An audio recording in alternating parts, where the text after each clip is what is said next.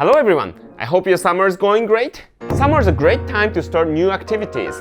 And if you're looking to start piano lessons, it is a great time to try different studios and take different teachers' lessons and find the best match for you. Unfortunately, piano is not something that you can take lessons for several months and master. It's like learning a language, it's a lifetime study. So once you choose your teacher and start your lessons, you're likely to be there for many years. And where you study and who you study with can have a significant effect on how successful your study is going to be. So today I'm going to share my opinion about what to look for, what things you should consider when you're choosing a piano studio, or any kind of studio for that matter. For those who are new to my channel, my name is Akira. I've been teaching piano for more than 15 years and playing the piano for a lot more than that. You can check my videos for my performances and topics related to and not related to music. And make your own decision about if I'm a good teacher or not. Because if I'm not a good teacher, why are you listening to my opinion about how to find a good teacher? Anyway, before we start, I want to say huge thank you to my patrons on patreon.com and YouTube members. Your support has been huge help as I create these contents and spread my knowledge and experience to the world. And if you're kind enough to support me for $3 or $10 per month, I'll leave a link to my Patreon page in the description. You can also support me directly from YouTube from right here. Alright, let's start. So first I'm going to talk about the logistics and cost and anything to do with how to find the right studio. And then I'm going to go on to how to choose the right teacher. If you're looking for a piano teacher, you're probably on Google searching for piano teacher near me. And there's so many options that comes up. One thing you'll be probably thinking about is the location. Because you're going to be going there every week to take lessons. And you don't want to be commuting 2 hours one way. Now I have to mention, if you find a good teacher, a little bit of commuting is sometimes worth it. I have a feeling that most of my students are around 10 to 15 minutes away from here. Some of them are about half an hour. But there are some students who come to our studio from over an hour away. We're very grateful that those students find that much value in our lessons, and we try our best to meet that expectation. I'm not saying everybody should commute for 1 hour for piano lessons, but my point is that your nearest teacher might not be the best teacher for you. Next thing to look at is that studio a dedicated space or just somebody's living room? There are so many piano teachers and anybody can be piano teacher. There's no license to be one. So anybody who knows how to play the piano or who doesn't even know how to play the piano can claim themselves to be a piano teacher. Now I'm not saying not all the teachers who teaches in their living room is bad. For example, my own childhood teacher, she was really good, but she taught in her living room. And that was the only choice for her. She lived in an apartment, and that's not very uncommon in Japan where the land is scarce. So anyway, her studio was in the living room of her apartment. And that was literally her living room, and the kitchen was attached to it. And she did all the lessons and group classes in there. Japanese zoning law allows that. But that's a different story. But it was made in a way so that there's nothing that's distracting to the students there. And there's nothing about her personal life around in the living room. And she lived by herself, so while the students were there, that was totally dedicated lesson space. In my opinion, the atmosphere of the room where you take the lessons is very important. And that's why I made my studio to resemble a concert hall. There's no TV or nothing that's unrelated in this room, so students can 100% focus on the study. And some of them only have 30 minutes per week, so it's a very short time, so there's no time for distraction. Next, we're moving on to how many pianos does the studio have? As I was growing up and taking lessons, every step of my study, we had 2 pianos in the studio. And that's how I've been taught, and that's how I teach. In my opinion, having 2 pianos is not a luxury, but a must for a piano studio. For example, one of the first things I teach my students when they come to our studio, even in a trial lesson, is how to adjust your bench so that you'll be sitting at the right position in relation to the piano. And that is very important concept. That is really important so that when you're practicing or performing or you're at the concert hall, you're always sitting in the same spot in relation to the piano, so the pianos will feel same way everywhere you go. However, if I had only one piano to teach on, I'm gonna have to ask my student to get off from the bench every time I need to demonstrate and adjust the bench to my height and then demonstrate, and then I'm gonna leave the bench and then student will readjust the bench and then play again. That is in order to play everything correctly and demonstrate everything correctly. We don't have time for that in a short time in a lesson. So most of the time, if we had only one piano to teach on, then student would be sitting at the right position and the teacher would be demonstrating at the wrong position. You might be wondering, for beginners, does that even matter? And in my opinion, sitting at the right position matters, and seeing the teacher doing the right technique matters. Now, I understand pianos are very expensive, especially getting two of them is almost impossible for starting musicians. So when I started the music studio, I had one grand piano, which I still use in the lesson, and a keyboard. Yeah, that's all I could afford. But my students always played on the grand piano, and I demonstrated on the keyboard or accompanied with the keyboard. And when I really had to demonstrate something on the piano, then yes, I did switch the benches every time I demonstrated. Now after that, I upgraded that keyboard to an upright piano. And eventually, years later, I finally got two grand pianos. Again, purchasing and maintaining two grand piano is expensive, but I consider that as cost of doing business. Also, how are you gonna play concerto with one piano? You need accompanying piano and a performing piano.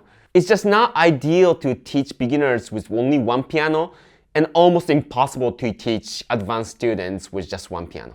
Now, I already touched on how important your posture is, your sitting distance, and height of the bench. And I have a dedicated video for that, so if you haven't watched, check it out. But surprisingly, a lot of music studios and even famous schools don't have adjustable benches. And that was #1 complaint when I was teaching at a major school in Philadelphia. They had only one-size-fits-all bench that's not adjustable. And that's totally unacceptable. Because like I said, the first thing I teach and first thing I do when I start playing the piano is adjust the bench so that I'm sitting at the right height and right distance. The moment I teach that, I have to tell the students, but I'm sorry, we don't have adjustable bench, so you're gonna be sitting at the wrong height anyway. And I felt terrible about that every single day I taught at that school. I mean, that school was great, but not having adjustable bench, and I requested to administration and they said they don't have budget for it.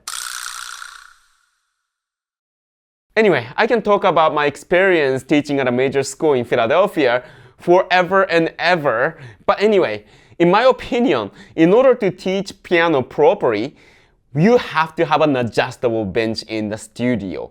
And you as a student have to have an adjustable bench at home. And that's what I tell everyone who comes to our studio.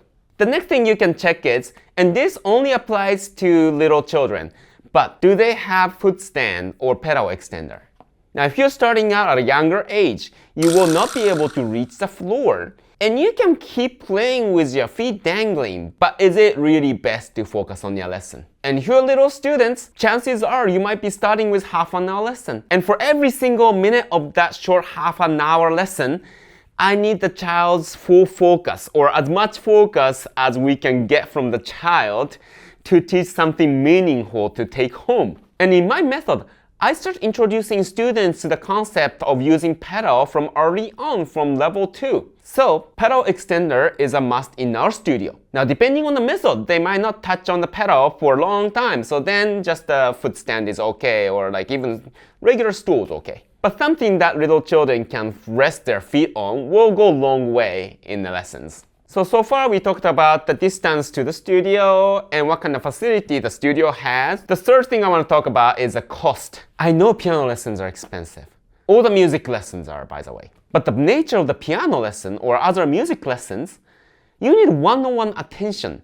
The dedicated attention from the professional is expensive. When was the last time you hired a plumber and how much did he or she charge for an hour? Same as that. But I also want you to know that the time we're working is not only the time we're teaching. Outside of the lesson time, we're going to be maintaining the facility, doing all the administrative work. We have to pay for the insurance. It costs so much to maintain these two pianos just to tune them regularly.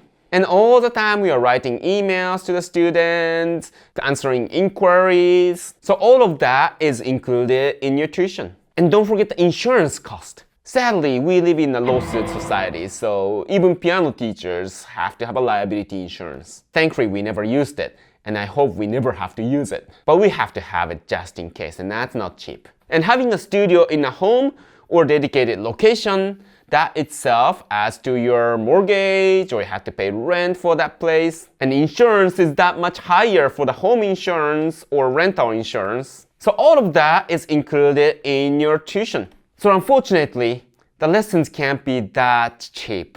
I mean, if you're just a nice neighborhood person who's retired, have all the time to yourself, and teaching piano for hobby, maybe you don't have to charge that much. But we are dedicating our lives to teaching, and I want to be there for the students as long as they take our lessons. And even beyond that, in the future, if they want to come back, I want to be here teaching piano still. So in order to sustain this business, we have to charge a certain amount. It's not like more you pay for the lesson, the better lesson's gonna be. But at the same time, you can't expect that much from $10, $20 lessons. So when you consider the cost of lessons, I want you to take a look at similar schools and see if that school is charging more or less. And at the same time, look at the quality of the lesson. Go to the trial lesson.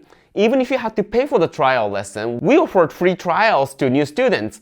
But some studios charge, and they have all the rights to. And even if you have to pay a little bit, it's worth it to try it first and see the quality of the lesson first and decide if that much tuition is worth it or not. By the way, just for reference, this is our 2025 to 2026 school year tuition rate. And our monthly rate includes 4 lessons. But for example, if you're taking lessons on Mondays, and there are 5 Mondays, and both the teacher and the students are available to take that lesson, and if the lesson happens, we won't charge extra.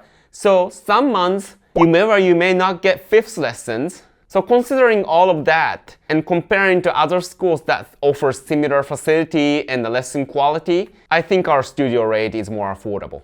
Alright, so you chose a studio that is reasonable for you to commute to, and has the right facility, and the cost looks right to you, then let's talk about the teacher. Now, like I said, anybody can call yourself a piano teacher, whether you know how to teach or not. And that's kind of scary. And how do you know if you're first time taking piano lessons and you're looking for a teacher? That's why I always suggest taking several different teachers' trial lessons. And I even say this to the students who come to our studio. When new students come to our studio for trial lesson, I explain how our studio works and then give them trial lesson. And then at the end, I ask them to sleep on it, think really carefully because it's a big commitment, and take other studios' trial lessons. Unfortunately, I can't be the best teacher for everyone, and I really want them to commit to this, knowing that I'm the best fit for them. Because otherwise, they'll be wasting huge time and money. I know this is a terrible business strategy. You should be accepting as many students as possible, anyone who walks in. But you know what? You're gonna be spending a lot of time with me. You're gonna pay a lot of money to the studio. I want you to know that you're doing the right thing first. If you're gonna spend an hour practicing every day, I want you to know that that hour I'm instructing you to spend is well spent. And unfortunately, I'm a human being. Sometimes I don't match with certain students. And if that's the case, you'll be wasting huge amount of money and time. So I want everybody to be happy who signs up to this studio. Because once you sign up to my studio, you're like part of my family. And if you don't have that much commitment with each other, piano lessons won't work anyway. So if the new students take several different lessons and then decide, okay, this is the best studio and the best teacher for me, then that's gonna make my job much easier after that too. And that's gonna be a lot more meaningful lessons for both the teacher and the student. So that's why I try to send the new students to other teachers as well before they commit to our studio. And I suggest you do the same. Do not just sign up with the first teacher you find. Like I said, you're gonna be committing a lot of time and money. And if that teacher is not teaching the right thing, and if you're practicing wrong thing every day, then you won't make as much progress as you should. And not to mention you're going to be wasting huge amount of money. Like I said, piano lessons are not cheap. So what do you look at? And how do you know if the teacher is a good teacher for you? Now, first of all, remember, the good performers are not good teachers. Or I should say, good performers are not always good teachers. But good teachers are good performers usually. So let me explain this. Music is like a language, and I explained the similarity between music and language in this video. So I'm assuming most of the viewers who are watching this video right now are English speakers. Can you teach English from scratch to a 6-year-old? You grew up speaking English, or you learned English long ago and you're using that language, so you're comfortable to watch a video like this in English. But teaching is a whole different story. We learned this so long ago that we don't even remember how we learned it in the first place. And for good performers, piano playing is so natural, or they learned it so long ago that they don't even know how they learned it, or they don't even remember how they learned it. And it's so natural to them that sometimes they have trouble understanding why you don't understand or can't do things that you can't. When we teach piano, we have to break down the process that we're doing naturally and put it in a sequence so that the students can learn little by little and increase their skill level. If we explain things too much all of a sudden, then that'll be too overwhelming. So one of the most important decisions we make in our daily lessons is what it is that the students have to learn at this point. What's the most important thing? There might be a few different things that they have to learn, but we pick one or two most important things to teach at this point, and that'll apply to most other things. And then once the student masters that, and if there's any more room for growth, then we're gonna add more concepts to it. But sometimes we're gonna stop there and move on to a different song and then teach other things at a different time. So for each student, the curriculum is slightly different. We use the same books, but the requirement for each song really depends on the student's learning style and learning ability. So you might be a great performer, you might be able to play music wonderfully, but can you do that process? Can you understand what the beginners don't understand? And are you able to explain it in a way that non-musicians can understand? And that's the most important quality as a teacher. So how do you know if the teacher has that quality or not? Ask questions. In the trial lessons, ask as many questions as you come up with. Ask anything you wonder during the lesson, or anything you don't understand during the lesson. There's no stupid questions because that's why you're here for lessons. You want to know things and you want somebody to teach you. And if you don't ask questions to us, then we're going to assume you understand it. So go ahead and ask the question. Now, if you're intimidated by the teachers to ask questions, then that's not the right fit for you. Because if you can't ask questions, you can't tell the teacher what you don't understand. Now, it is teacher's job to understand what you don't understand, but at the same time, you can help us by asking questions. That's actually a lot more effective than us guessing it. So if the students cannot ask questions to the teachers, then I'm sorry, but I don't think you're gonna learn that much from that teacher. Now, when you ask the questions, does the teacher's answer actually answer your questions? If you have to go home and Google what the teacher said, then that teacher didn't teach you well that day. For example, if the teacher tells you to curve your fingers and use the fingertips like I did, and when you ask why, if the answer is something like, because that's how you play it, then I don't think that teacher is doing a great job there. Now, in many of my tutorial videos, I've been explaining the importance of this curved finger shape, so I'm not going to repeat that here. But when you go to a trial and ask a question to a teacher, you are expecting an answer that you can understand. And if you don't understand the answer, you're expecting to be able to ask again to explain in further details or elaborate on it. So if that communication is not happening, then you're probably at the wrong studio or with the wrong teacher. Now you're going to a trial lesson. So at the end of the session and before you go home, did you learn something? Did you feel like, oh, I learned a great amount of things today and I can start using that right now? And then you're probably heading to a right direction. Now I said the good performers are not always good teachers, but good teachers are mostly good performers. And let me explain this to you. Now there are always some exceptions, but in general, in my opinion, you can't teach anything if you can't do it yourself. If I'm learning swimming, I want to learn from somebody who can swim.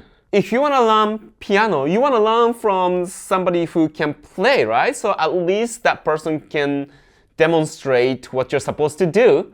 Or that person has a lot of experience performing so that they can help you with performance anxiety, give you tips for how to practice, all of that.